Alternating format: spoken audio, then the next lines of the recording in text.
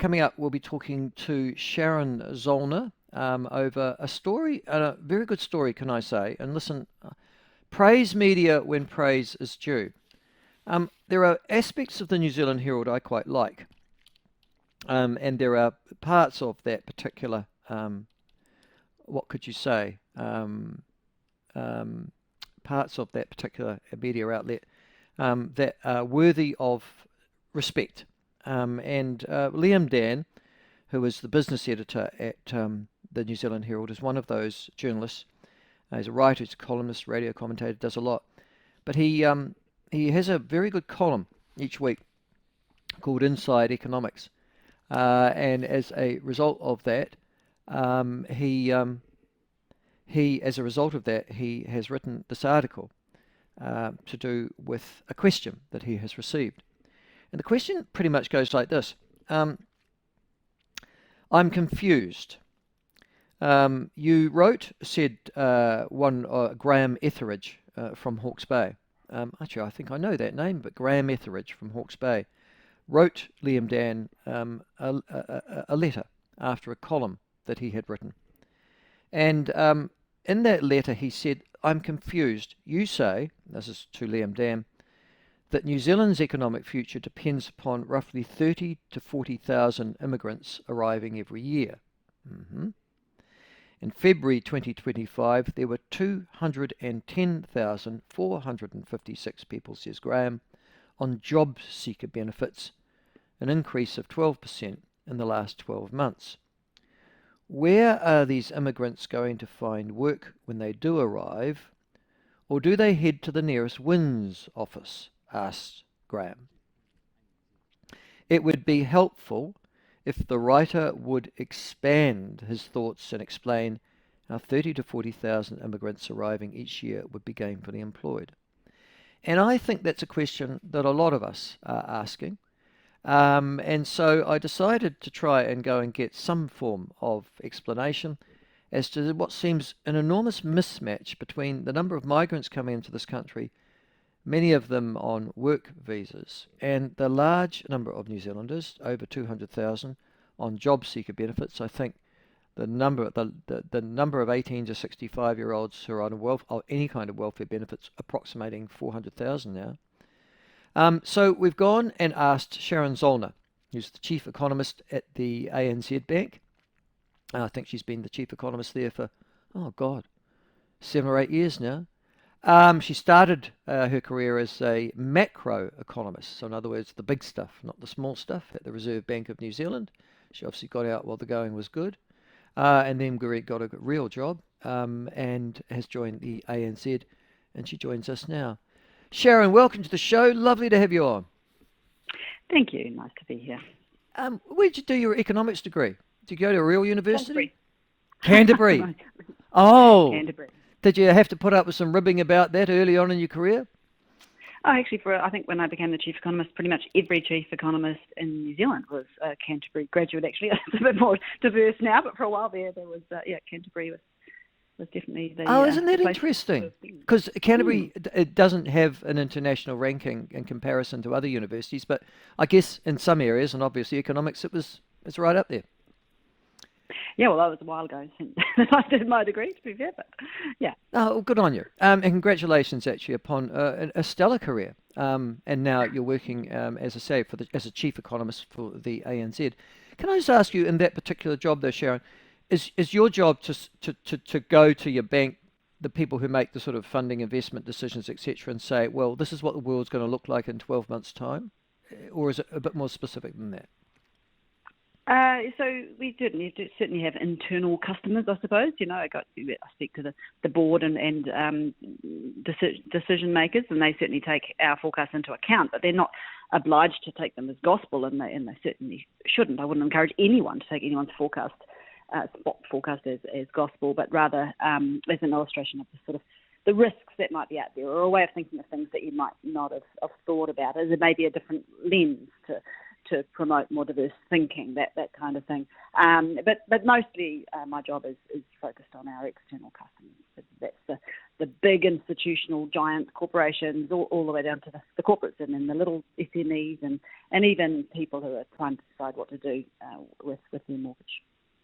So that's the sort of job that you would expect, I guess you did also, or somebody also is doing at the Reserve Bank and Treasury as well. Is that right? You're all trying to get an insight as to what's really happening and where trends are going. Is that right? Yeah, so that you sum it up. But I mean, anyone can do analysis of how accurate any forecaster is, and you're not going to get inspiring results, to be honest. It gets very murky, particularly beyond sort of 3 to 6 months out, and unexpected things are happening all the time.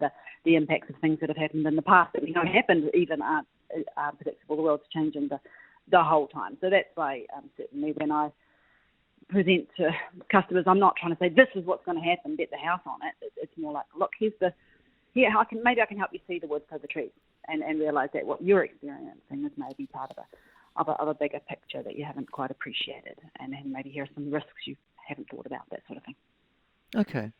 Listen, the mismatch that I've just talked about in the introduction between the country needing large numbers, tens of thousands of people to come to the country to do jobs, or at least they've got work permits to do so, and then the large number of people who are sitting at home as I talk to you now with doing nothing today and being paid to do so. How did we get to that position, and is there an answer from an economist's point of view? Well, ultimately the answer has to be to make the unemployed, and particularly the long-term employed, more employable, but a better match to what firms are looking for. That partly comes down to education. It comes down to mental, physical health, drug rehabilitation. It comes down to labour mobility, how easily people can move around the country to where the jobs are. There's a whole lot of facets to that question, and no one silver bullet, I would say. Well, obviously not. Otherwise, we would have solved the problem. But I'm interested from a government policymaker view. This has been going on for decades now. This mismatch between people and jobs. Do we actually need the immigration numbers that we need at the moment to sustain the New Zealand economy? Well, we just recently ran a really interesting experiment on that front. We closed the border for a couple of years at the same time that the economy was massively overstimulated by monetary and fiscal policy and was absolutely booming. So, you couldn't design a better experiment to find out how employable, that rump is, because anyone who wanted a job really or was capable of doing a job, they could probably get two at that point. It was the tightest labour market we have ever seen. And so, that would have offered a rare opportunity for some people to get into the labour market who wouldn't have otherwise, and gain some good skills and hopefully set their future earnings on a better trajectory. But it was pretty tough times for firms, of course. Over 40% of firms were saying that an inability to find staff was what was preventing them from expanding. They had orders out the door. You had restaurants roping off parts of their restaurant. You had hotels leaving rooms locked because they didn't have cleaners. You had, and that was across the whole economy, across every sector. And one of the consequences was that wage inflation went to nearly 10%, and general inflation went to 7.3%. So it was clearly deeply unsustainable. But it was a fascinating experiment. But unemployment still didn't go to zero even then. Did it drop appreciably? Was there a large number of people moving off welfare into work, or were those numbers uniformly stubborn? There was certainly a stubborn element here, but the unemployment rate did drop sharply, and certainly when you went round and spoke to businesses, their view was that we had gone beyond full employment. And the fact, indeed, if you think about full employment, in inverted commas, as the rate of employment that is sort of sustainable in the long run without everything overheating, we clearly went well below that. And firms were saying that it was implying a massive productivity hit for them because they were having to hire people who didn't have the skills or experience that they normally would have had. I mean, it was a great opportunity for those workers, but of course it hampered the productivity and profitability of those firms. So the government was under enormous pressure when the borders finally did open, to just open the floodgates, and ultimately that is what happened. And we've had record migration numbers come into this country.